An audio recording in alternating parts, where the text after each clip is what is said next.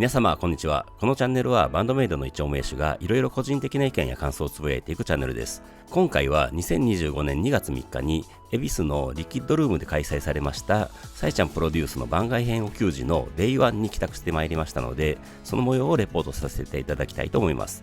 ただ今回のお給仕は本当にものすごい凄まじい最高のお給仕だったわけなのですが、さえちゃんからネタバレ厳禁の指示があったのと、今回帰宅できずに2月17日に帰宅される方に絶対に予備知識なしでこの素晴らしいお給仕を楽しんでもらいたいという思いもあり、この動画の公開は2月17日のリキッドルーム Day2 の後にすることにしました。ネタバレしない感じで作成して事前に公開することもできたかもしれませんが、このレポートはいつも素晴らしいパフォーマンスを見せてくれるメイドさんたちのお給仕の記録でもあるので、不完全な形では作れないなという思いもあってそうさせていただきました。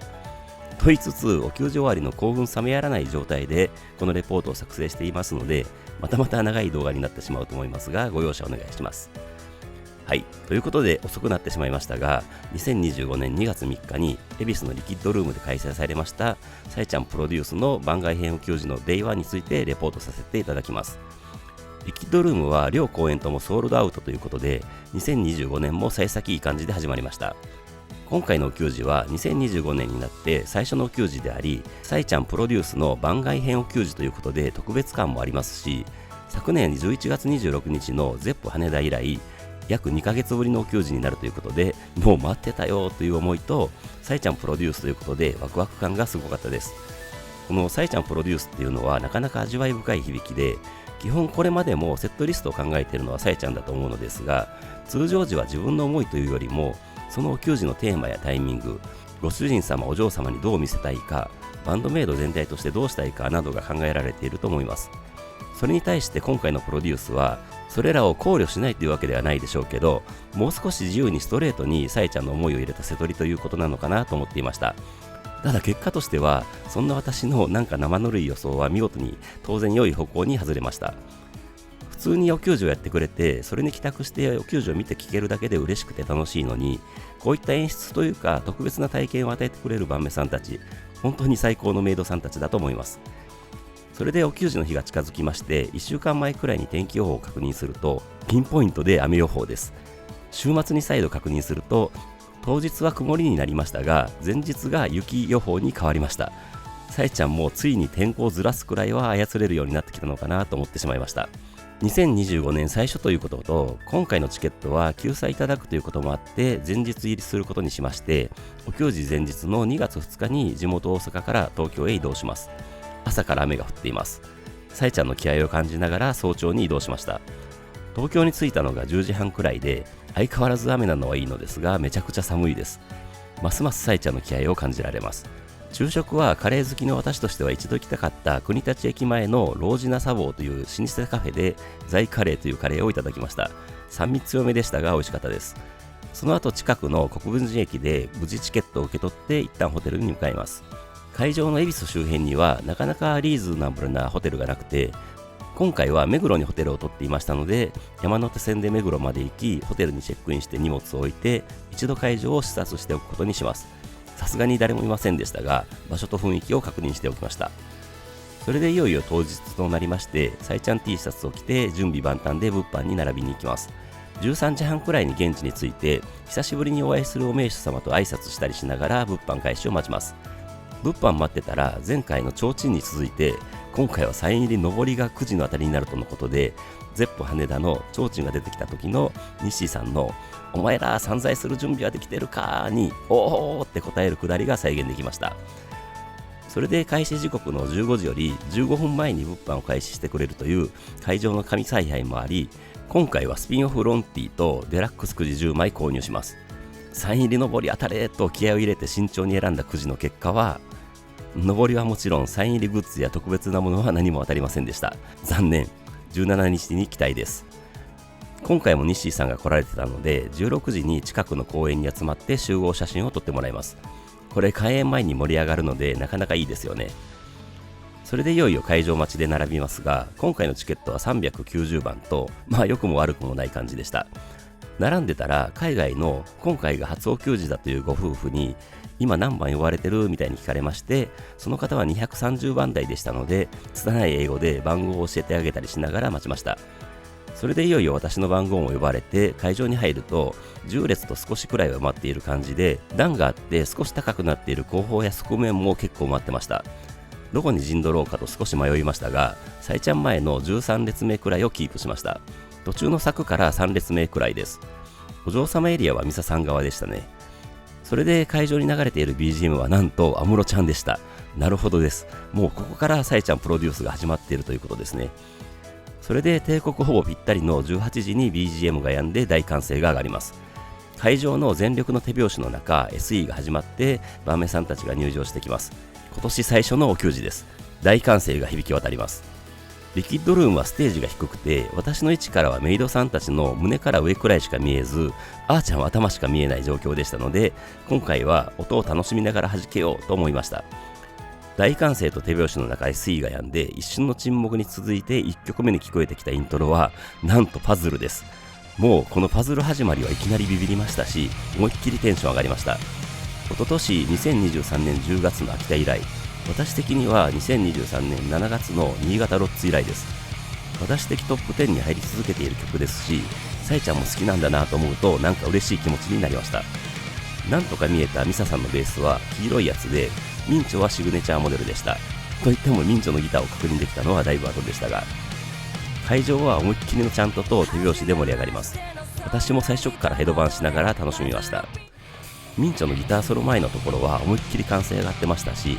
会場はいきなり興奮マックスとなって、最後のラッサビに向けての盛り上がるところ、あーちゃんのバスドラ、ミサさんのかっこいいベースライン、ミンチョのたまらないリフ、小鳩さんのコーラス、さえちゃんの力強い歌声が響いて、最高に盛り上がって曲終わりまで突っ走れます。会場は大歓声と大拍手でいきなり興奮状態になっています。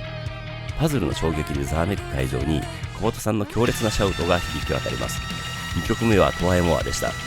会場はもう思いっきり温まってますので、全力でのおーおーおーおーおーおーのシンガロングです。当然この曲もヘドバンしてしまいます。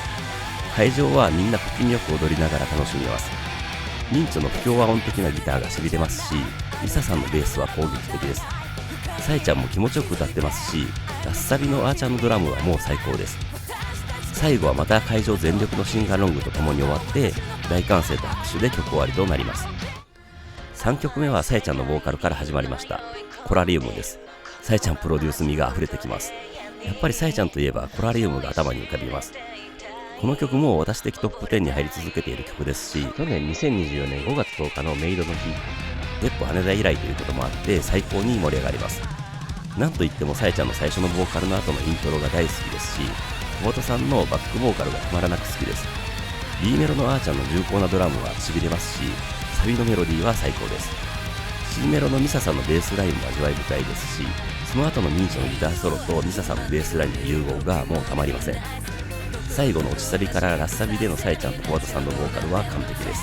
曲終わりでの大歓声の中、また小鳩さんの強烈なシャウトです。4曲目はホワイホワイホワイです。この曲も去年のメイドの日以来です。みんながステージの前に出てきて演奏してくれます。これ盛り上がるんですよね。さえちゃんって小鳩さんのシャウト好きなのかなと思ってしまいました。私も大好きなので嬉しい限りです。会場もちゃんととシンガロングで盛り上がります。このホワイホワイホワイはバンドメイドの中でも渋い曲というか、ものすごく実力を感じられる曲だと思っています。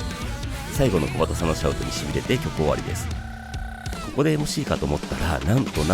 けての2曲目が全です。きたーとなりました。やっぱりさえちゃんやってくれました。最高です。会場の手を挙げたりちゃんとしたり手拍子したりがすでにバッチリやっていて、ご主人様お嬢様の実力というか一体感を感じました。この曲はやっぱりミンチョのギターソロなわけですが、初めて見て聴くギターソロは最高でしたが、私的にはミサさんのベースがたまらなく好きな曲ですし、あーちゃんのドラムフィルも大好きです。もちろんさえちゃんのボーカルも小鳩さんのコーラスが最高なんですけどね。イントの感想、アウトロの時の会場はウーフーのシンガロング派とおいおいのちゃんと派に分かれてましたね。私はちゃんと派でした。いやこんなにすぐに全を見て聴けて幸せな気分になりました。さえちゃんありがとうって思いましたね。曲終わりで会場からも最高の歓声が上がります。ここで最初の MC となります。会場の誰かが明けおめーって叫んだので笑いが起きてました。そそれで改めて小畑さんのお帰りなさいませご主人様お嬢様やってまいりましたっぽー明けましておめでとうございますっぽーで会場は大歓声となります。続けて2025年初のお給仕ですっぽーでまたまた大歓声となります。小畑さんが言うにはこの恵比寿リキッドルームは7年半ぶりということでした。それでさいちゃんプロデュースの番外編ということで小畑さんがさいちゃんに一言お願いしますっぽーって振ったらさいちゃんがこの日が来たなーって叫んで会場は大歓声に包まれます。で続けてさいちゃんが今日は私がやりたい放題やるとかすでにやばいだろうとか私の好みたちとか言って会場が盛り上がっている時に会場からもっとかかってこいやーって叫びが上がった時にすかさずさいちゃんがお前らがかかってこいやーって返して会場は歓声と笑いに包まれます。さすがさいちゃん拾ってくれますね。それでなんといっても前をやったということですよねということでアニメ全集の話題になります。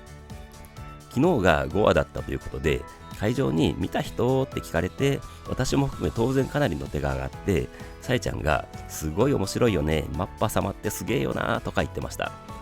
で小畑さんの全もかっこいいっぽねでまた会場から歓声が上がっていつもの感じで小畑さんの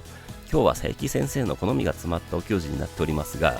皆様最高の夜にする準備はできてますかっぽーで会場からイエーって歓声が上がるのですがそんなんじゃさいちゃんに勝てないっぽ最高の夜にする準備はできてますかっぽーって盛り上げようとしたところを思いっきり噛んでしまったのでさいちゃんからダメ出しが入ってブーとか言い出したので小畑さんがブーはやめなさいっぽーとか言ってました。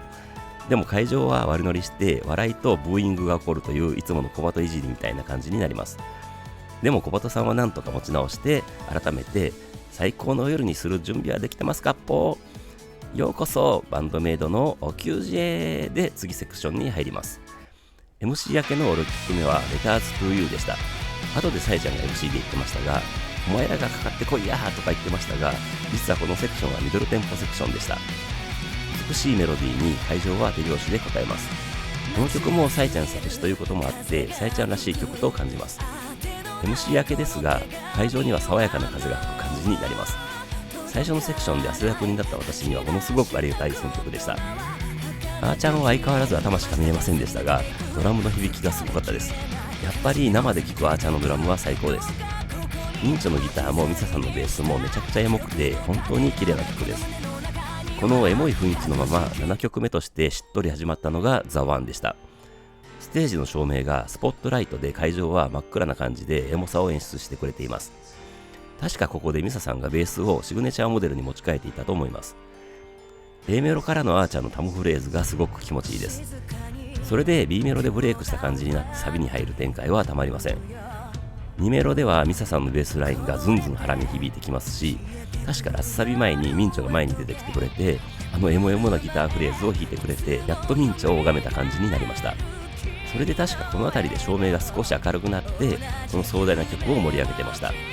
でもやっぱり最後のミンチョのギターフレーズはしびれます。たまりません。曲終わりで小松さんがアコギに持ち替えてました。それで始まった8曲目はアネモネでした。ステージのバックの照明がオレンジ色になってアネモネらしい雰囲気を演出してます。それでとにかくミサさんのベースの響きがすごかったです。アネモネのミサさんのベースは本当に大好きなのでもう耳が幸せっていう感じでした。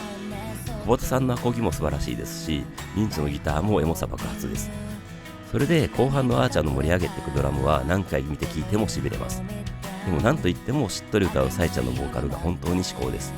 曲終わりで絶対会場のみんなの目がキラキラしているだろうなと思える中続いての9曲目はデイドリーミングでした。さえちゃんのボーカルから始まるノーマルバージョンです。でも少し BPM がほんの少し遅かったように感じました。気のせいかもですが当然ですが小畑さんはフラッピービジョンに素早く持ち替えてましたね。このセクションは何なんですか。エモい曲がこれでもかと続きます。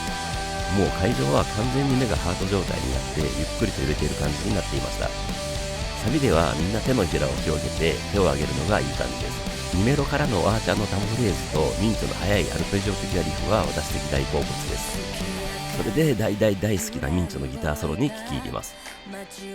ソロ後の小畑さんの Daydreaming Dream of You は会場のシンガーロングが大声で響いてましたね。私も頑張りました。それでラスサビでみんな手を挙げて最後のさえちゃんのボーカルに響いて曲終わりとなります。こでまた小本さんがアコギに持ち替えます。10曲目はページでした。まだエモいのが残ってました。会場からもおーおーおーの大合唱で答えます。この大合唱にさえちゃんが嬉しそうに微笑んでくれていたように思います。私的にはお給仕で聴くとなぜか涙が出てきてしまう曲です。リサさんのベースラインがたまりませんし、ミンチョのリフとかソロが本当にエモいです。途中でなんかさえちゃんが歌詞ミスったような気がしましたが、多分気のせいかと思います。ミスったのならご褒美ですけどね。5割でさえちゃんの可愛いありがとうがもらいました。続けての11曲目はなんとオークワードです。ミンチョの綺麗なリフで始まりました。まだエモいのありました。しかもものすごくエモい曲です。相変わらず頭しか見えないあーちゃんのバスドラの変則的なリズムが心地よいです。ものすごくしっとりした曲なのに、後半であーちゃんのドラムがリズミカルになるところと、ドラムフィルで盛り上げていって、激しいミンチョのギターソロにつなげるところは最高です。それでミンチョの最後のギターがエモすぎです。もう完全に私も会場も体がふにゃふにゃになった感じがしました。ものすごく気持ちいい感じです。大歓声と拍手の中、ここで2回目の MC となります。伝説的と言ってもいい MC というか、MC からの一連の流れの始まりです。ここからものすごいことが行われます。まずさえちゃんの皆様ありがとうございますで会場が沸いた後、続けてさえちゃんのいかがかなで当然会場は大歓声で答えます。本当にここまでで最高の気分になってましたからね。それでさえちゃんが MC でいけんのかとか言って始めたのに静かな感じみたいに言って会場から笑いが起きます。確かにです。でさえちゃんが私はこういう曲が好きなんだって教えてくれます。当然ロックもいいんだけどとかも言ってましたね。確かにさえちゃんってミドル好きとかどこかで言ってたような気がします。それでさえちゃんが会場に会場中の BGM 聞いたって聞いてきて、会場中から安室ちゃんって声が上がって、さえちゃんは満面の笑みになってました。それで安室ちゃんを好きなの誰だって誰もがわかることを聞いてきたので、会場中からさえちゃんって声が上がります。でさえちゃんは始まるまでにテンション上がっちゃってとか BGM までプロデュースしちゃったとか言って嬉しそうでしたね。ちなみにミンチョはドラムの椅子に座ってあーちゃんと並んで休んでました。それでさえちゃんがここまでどうですか、新旧織り交ぜてやったよみたいに言った時に、確かまた小畑さんがなんか噛んでたと思います。小畑さんが噛むの可愛いんですよね。で会場から懐かしくてよかったみたいな声が上がって、さえちゃんがならよかったねみたいに拾ってくれてました。それでパズルやったという話になって、初めて聞いた人いるっぽーって小畑さんが会場に聞いたら結構手が上がって、いるっぽねーって喜んでましたね。それでさえちゃんが音源はポリープがある頃だったみたいに教えてくれて、お給仕では全然違う声になってるって言ってましたね。喉が大変で2時間しかレコーディングできないみたいなこともあったとか言ってたと思います。確かこの辺りであーちゃんがステージからはけてたと思います。それでグッズの話になりました。まずはスピンオフのロンティーの話でチェックしてくれたとか確認してました。私も買いましたし、当然会場のかなりの方が買っていたはずなので、買ったよーみたいな歓声が上がります。でさえちゃんがあの絵で持ってるものなんだとか聞いてきます。当然みんな分かっているのでメガホンって声が上がります。さえちゃんはよく分かったねとか感心してましたが、続けて色はとか聞いてきたので、会場から阪神メガホンって声が上がったので、ダメダメ私が好きな球団の色って大人の事情の言い方を教えてくれました。あとその黄色とさえちゃんがつけているバラの青が使われているって言ってましたね。次はキャップの話になって、刺繍がステッチになっていて良くなっているとのことでした。あともう一つの T シャツの話で、さえちゃんがバンドメイド大学 T シャツとか言い出します。小畑さんがあれってそうだったんですかポーって笑いながら聞いたら、さえちゃんがユニバーシティ的なみたいに言って会場から笑いが起きます。小畑さんが新しいシリーズでバンドメイド大学シリーズができるんですっぽねとか冗談言ってました。で最後に小畑さんが上りの件を話してくれます。あの上りに書いてある字は小畑さんの直筆だとのことです。めっちゃうまいですよね。で当たった人って会場に聞いたら、上手前方の方とか後方の方とかが手を挙げていて、前方の方は東京駅で新幹線降りるところのさえちゃんを見かけて声をかけたら手を振ってもらえたらしいです。羨ましすぎですね。やっぱりこういうのって強運の持ち主に集まるんですね。前回の提灯も同じ人が出ましたしね。それでその手を振ってもらえたという話を聞いて、ミンチョがいいなーとか言い出すので、さえちゃんが今合ってるじゃんみたいになります。いやミンチョさすがにいい味出してくれます。でさえちゃんが2025年もこの調子でいきますよって言ってきて、小畑さんが年々落差が増してるっぽーとか言ってましたね。確か以前のお給仕で落差って表現はまずいので緩急って言い直してたと思うのですが、もう落差でいいみたいですね。あとなんかミサさんの声が聞こえないみたいな話になって、そこから年始だからみんな挨拶しようとなって、まずミンチョがいつもの調子で、ギターのかなみです、今年も楽しくみんなでハッピーに過ごしたいのでよろしくお願いしますみたいに挨拶してくれて、会場から歓声が上がります。続けてあーちゃんがドラムのあかねですって普通に言ったので、会場からはあれとか声が上がりますが、なぜか続けてあーちゃんがベースのミサですみたいに言ったので、なんであーちゃんが言うのみたいになって、一心同体だからねみたいになってました。それでミサさんがてへとかやったので、久保田さんがミサがてへってやったの初めて見たっぽーとか言ってました。で、見えにくいということであーちゃんとミサさんが真ん中に出されてきて喋るのですが、今頃になって緊張してきたみたいなことを言っていたと思います。今みたいになってましたが、なんか他のみんなも2ヶ月ぶりということでお給仕前に緊張していたらしいです。それでいつもは気合抜きをするところを今回は気合入れをしたらしいです。あえて説明はしませんが、気合抜きはお名手様ならわかりますよね。それでなんとその模様を再現してくれます。ステージでみんなが輪になって準備しようとするのですが、あーちゃんが後ろ向きになってお尻向けるのやだみたいにわちゃわちゃしだします。このわちゃわちゃ感は晩目さんの MC あるあるですね。で、なんとか配置について小畑さんの行くぞーにみんながえいえいよーって答えるのをやってくれたのですが、小畑さんの行くぞーがめちゃくちゃのぶとい声で、メンバーも会場も私もめちゃくちゃびっくりです。なんでものぶとくってリクエストされてたみたいです。小畑さんはちょっと恥ずかしそうにしてました。それで小畑さんが12年目にして気合い入れっていうのを初めてやったっぽーとか言ってましたので、実はものすごく貴重なものを見れたということですね。いやいや本当に帰宅できてラッキーでした。でもさらにものすごいことがこの後起こります。さいちゃんがインタビューで小畑に無茶ぶりするって言ってたじゃんみたいなことを言い出します。で、本当にやるよみたいに言って小畑さんが今っぽーみたいに本当にびっくりしてました。それでさいちゃんが小畑さんを真ん中のお立ち台に立たせます。会場は何が始まるんだろうって感じでざわざわしてると、さいちゃんのミュージックスタートの掛け声とともにクルッポのピース&ラブのイントロが流れてきます。なんと生でクルッポのピース&ラブをやるということみたいです。小畑さんが生でピース&ラブを歌って踊ってます。こんなの見て聴けるってもう会場は大興奮ですし、他のメンバーも満面の笑みで乗ってます。って思ったらいきなり小畑さんの横にワルッポ T シャツを着たあーちゃんが出てきて、一緒に完璧なダンスを踊り始めます。しかも後であーちゃんの手作りと判明するのですが、ハート型のクルッポ押しうちわも持ってます。当然クルッポもめちゃくちゃ可愛かったのですが、横で踊るあーちゃんがめちゃくちゃ可愛かったです。しかしいきなりでもちゃんと歌えるっていうのもすごかったです。さすがにワンコーラスで終わって会場から割れんばかりの大歓声が上がります。小畑さんは動揺してましたね。で、さいちゃんが会場にみんなクルッポ知ってるとか聞いてくるので、当然会場は大歓声で答えます。で、小畑さんが逆に知らない人いるっぽみたいに聞いたら、何人か手が上がっているっぽみたいになります。で、さいちゃんにちゃんと説明してみたいに言われて、小畑さんがクルッポの説明をしてくれます。いやいやすごいもん見れたなと思っていたら、なんとこれで終わりではありませんでした。さいちゃんがもう一曲聴きたいって言って、フラッピングウィングスのイントロが流れてきます。まさかのクルッポ2曲目です。小畑さんの萌え萌え萌え萌え聞けました。これはさらに貴重ですよね。これも歌えるって本当に小畑さんすごいなと思いました。これは絶対本当に無茶ぶりで事前に聞かされてない感じでしたから。当然これもワンコーラスで終わりましたが、さえちゃんが本当に嬉しそうによかったライブやるとか言い出します。本当にやってほしいですよね。っていうか本当にさえちゃんナイス無茶ぶりです。さらにさえちゃんがバンドメイドツアーの間にやって 2days とかでやろうとか言い出します。で、小畑さんがみんなはいないっぽとか聞くので、さえちゃんは当然いないよ、私たちはちゃんと休まないといけないからとかボケてくれます。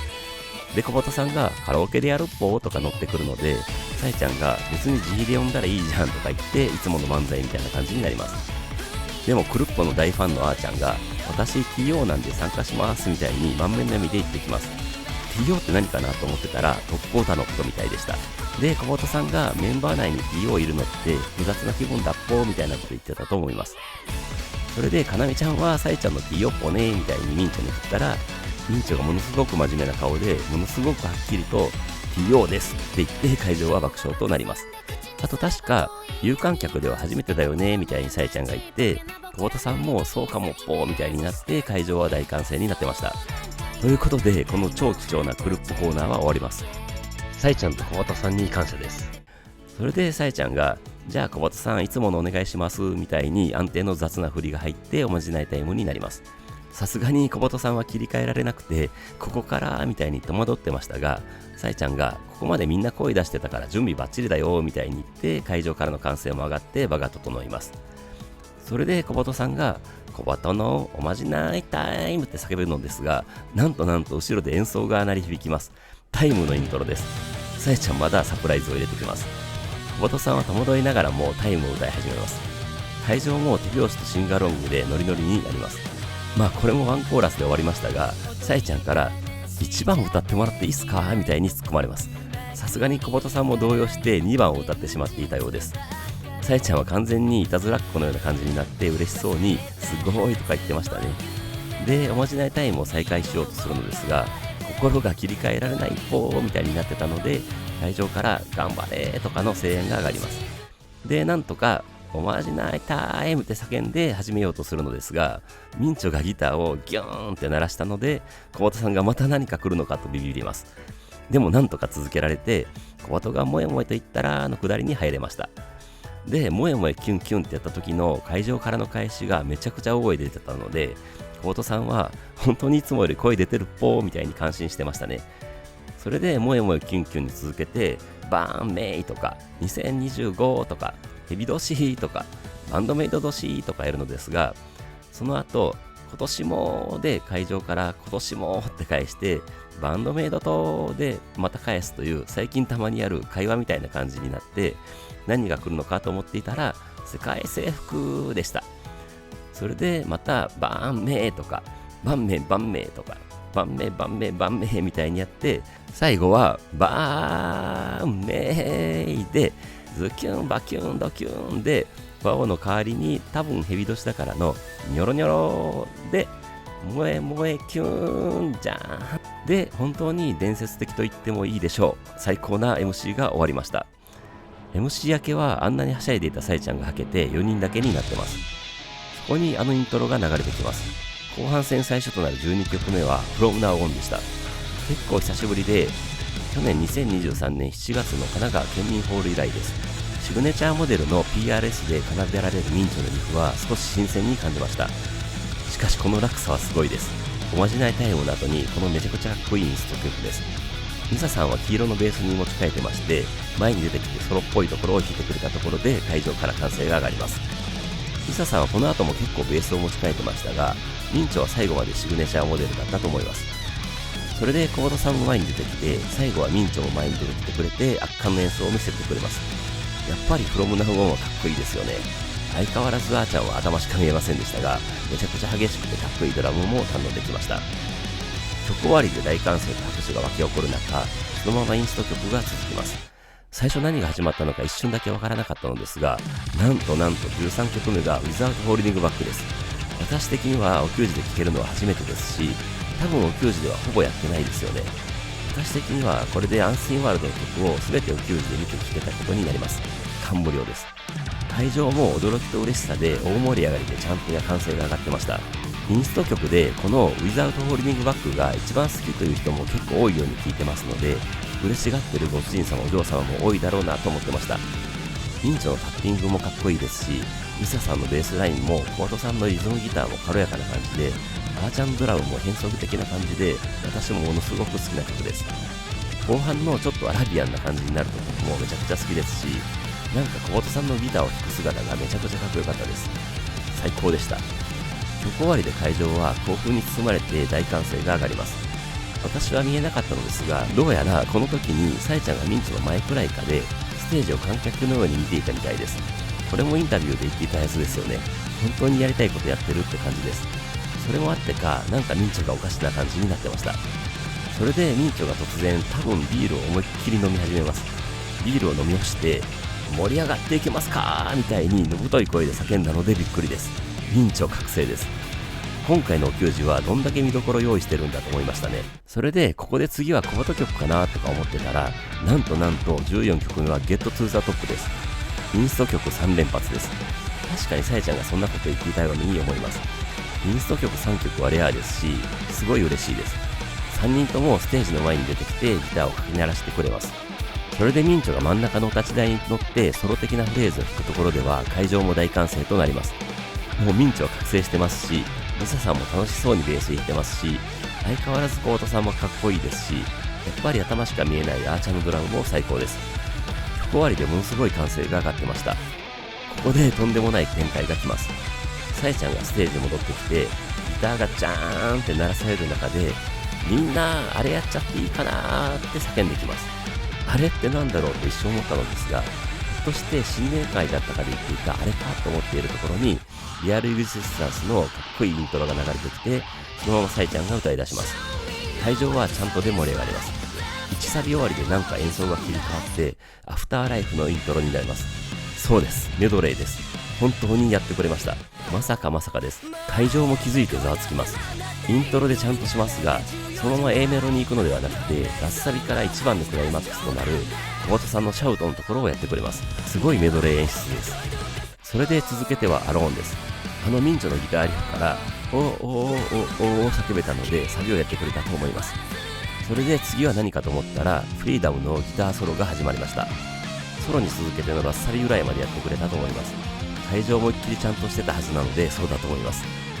続けてはアーチャーのドラムフィルとミサさんのベースソロからのミンチのギターソロダイスです。ソロから続けて C メロからラッサビまでやってくれたので思いっきり手拍子とシンガロングもできましたし、多分アウトロまでやってくれたと思います。続けてはなんとI Can Live Without You です。確かサビからラッサビアウトロくらいまでやってくれたと思います。I Can はめちゃくちゃ好きな曲なので嬉しかったですね。サイちゃんのハイトーンのボーカルを堪能できました。続けてがまたなんとの You です。会場も思いっきりおーの声出てました。 You やってくれるなんてすごい貴重ですし、私も思いっきりシンガロングしました。続けては特徴的なイントロが流れてきます。ザ・ノンフィクション・デイズです。何なんですかこの最高の選曲のメドレーは。確かこの曲もサビからアウトロをやってくれたと思います。サビの時思いっきりおいおいのちゃんとやりましたんでそうだと思います。アウトロ終わりでランランランランランランランランってサイちゃんと小畑さんが歌い出します。マナーズです。これも確かラッサビあたりをやってくれたと思います。って小畑さんと一緒にシンガロング何回かできました。このマナーズの曲終わりでついに演奏がやみました。メドレー終了です。9曲もやってくれたわけです。本当にすごかったです。いいとこ取りでこんなにたくさんの曲を見て聴けたという感動と、よくこんなの練習して演奏できるなという関心というか尊敬の念とが入り混じった感覚でした。なんというすごいものを見て聴けたんだろうと本当に放心状態になりました。メイドさんたちの奉仕の精神しっかり受け取らせていただきました。なんかものすごく充実した気持ちいい感動に満たされた感じになりました。本当にすごいものを見て聴けました。さえちゃんありがとう、最高と思いましたね。興奮冷めやらない会場にさえちゃんのどうだお前らの雄たけびで最後の MC に入ります。どうだもこうだもないです。すごすぎます。当然会場は大歓声で答えます。心からの大歓声です。小畑さんもかなみ先生がかっこよかったっぽー的なことを言ってたと思います。それで改めてさえちゃんが番外編どうだって聞いてくるので、もう会場は大騒ぎみたいな感じになります。でさえちゃんがメドレーやっちゃったよ、初の試みだみたいに言ってくれます。みんな疲れたって言ってたと思いますが、そりゃ疲れますよね。確か頭使いすぎて疲れたみたいに言っていたと思いますが、このメドレーは頭も体も絶対疲れるはずですよね。本当に尊敬します。さすがに疲れすぎたのか、ミンチョが少しステージからいなくなっていたと思います。で、小畑さんがインスト3曲も大変だったっぽーみたいに言ったら、さえちゃんが私の無茶ぶりに答えてくれてありがとうみたいに答えて、会場はまた大歓声です。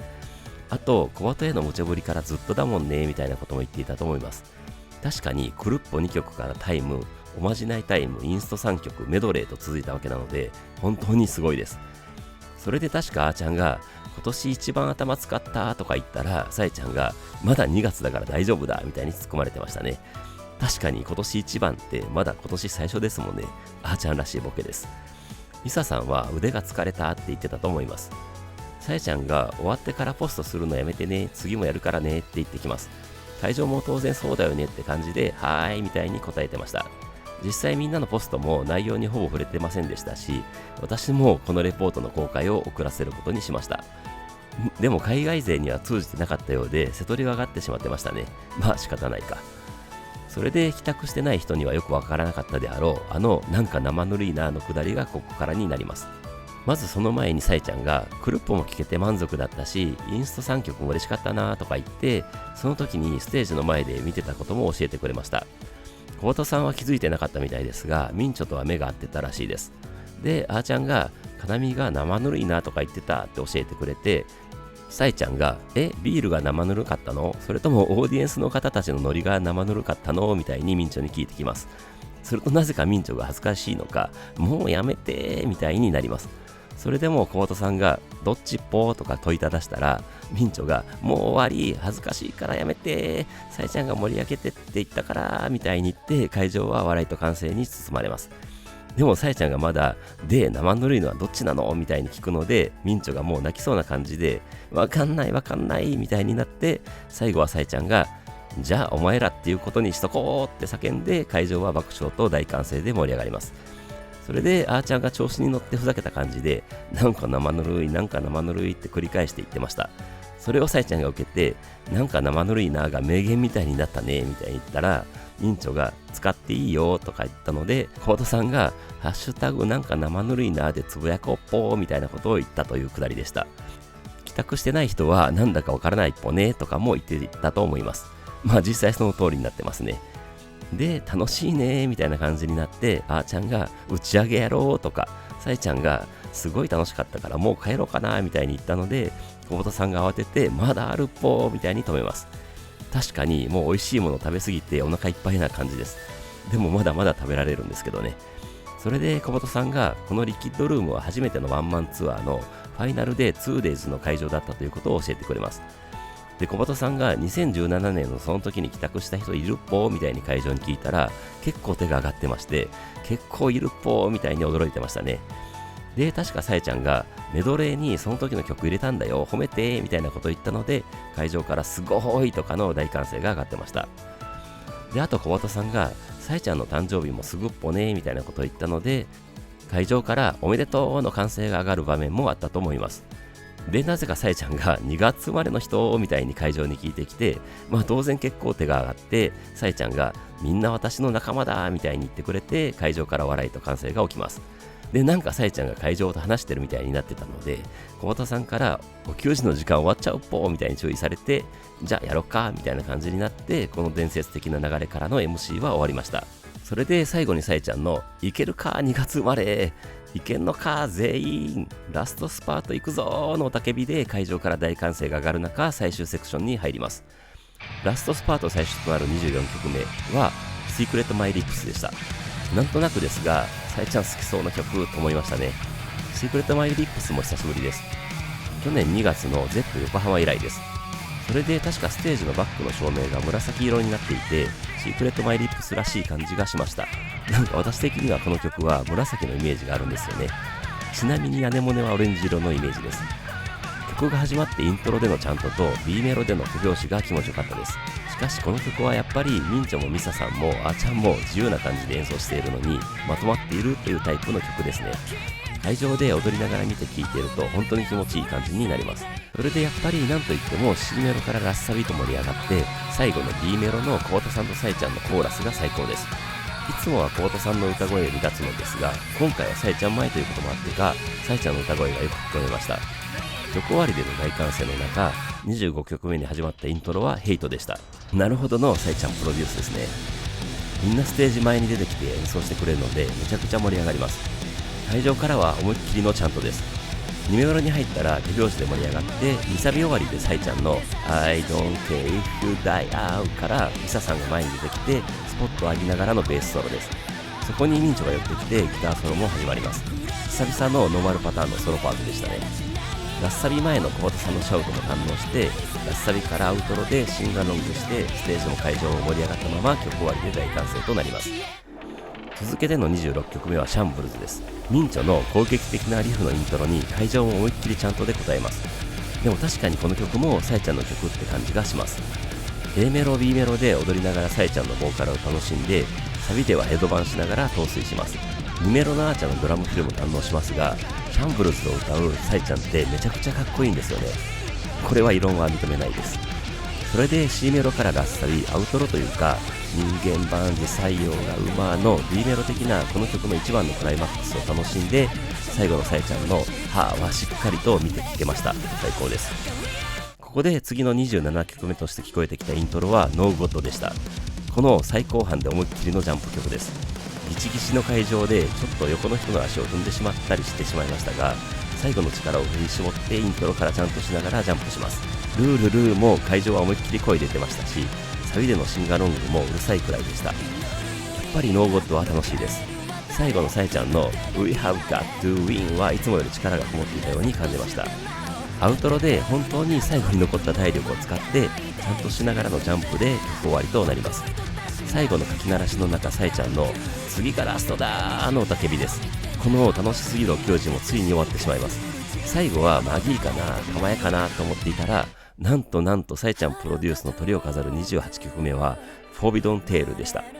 意外な気もしましたが、そうか、確かにさえちゃんプロデュースならこれかっていう思いもあって、なんか関心というか感動を覚えました。瀬戸りに関心というか感動するってなかなか新鮮な感覚でした。フォービドンテールは何といってもお給仕で映えまくる曲ですので、もう会場も興奮しながらちゃんとしたり手拍子したりで本当に盛り上がってました。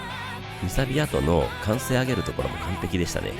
ここまでのこの素晴らしいお給仕をかみしめながら、この壮大な曲を心から堪能して楽しんで見て聴いて、最後のアウトロで思いっきりちゃんとして曲終わりの書き鳴らしの中、さえちゃんのバンドメイドでした、今年もよろしくな、みんなありがとうの叫びが上がります。吹き鳴らしが終わって最後の最後、小畑さんのそれではご主人様、お嬢様、またお会いしましょう、バンドメイドでした、バイバイトルで、この伝説的なさえちゃんプロデュースの番外編球児は幕を閉じました。会場からはありがとうとか最高の声が飛び交います。いや、なんというものを見て聞けたんだろうという気持ちです。多分これまで私が帰宅したお給仕の中でも本当に最高のお給仕でした。本当にご主人様お嬢様を楽しませるために全力で、全力っていう言葉では表せないくらいの本当に全ての力と才能と奉仕の精神を総動員してお給仕してくれる本当の意味のメイドさんたちだと感動しました。さえちゃんプロデュースということで、これがさえちゃんのやりたかったことだろうと思いましたし、気持ちよさそうに歌ってましたし、さえちゃんらしさを感じられましたが、なんといってもさえちゃんのバンドメイド愛を感じました。クールな感じで振る舞ってるけど、本当にメンバーのことを、バンドメイドのことが好きなんだなと感じられました。さえちゃんのいつものポストは、どうだお前らよ、私プロデュース堪能してくれたかな、パンパンの会場最高だった、やりたい放題やってやったわ、どんな問題、2025年一発目楽しかった、ハッシュタグバンドメイドで感想待ってるからね、でもあのことは言わないでね、内緒だよ、だって2月17日もあるからね、でしたね。本当に楽しくて最高のお給仕でした。いや、久しぶりのお給仕、2025年最初のお給仕、本当に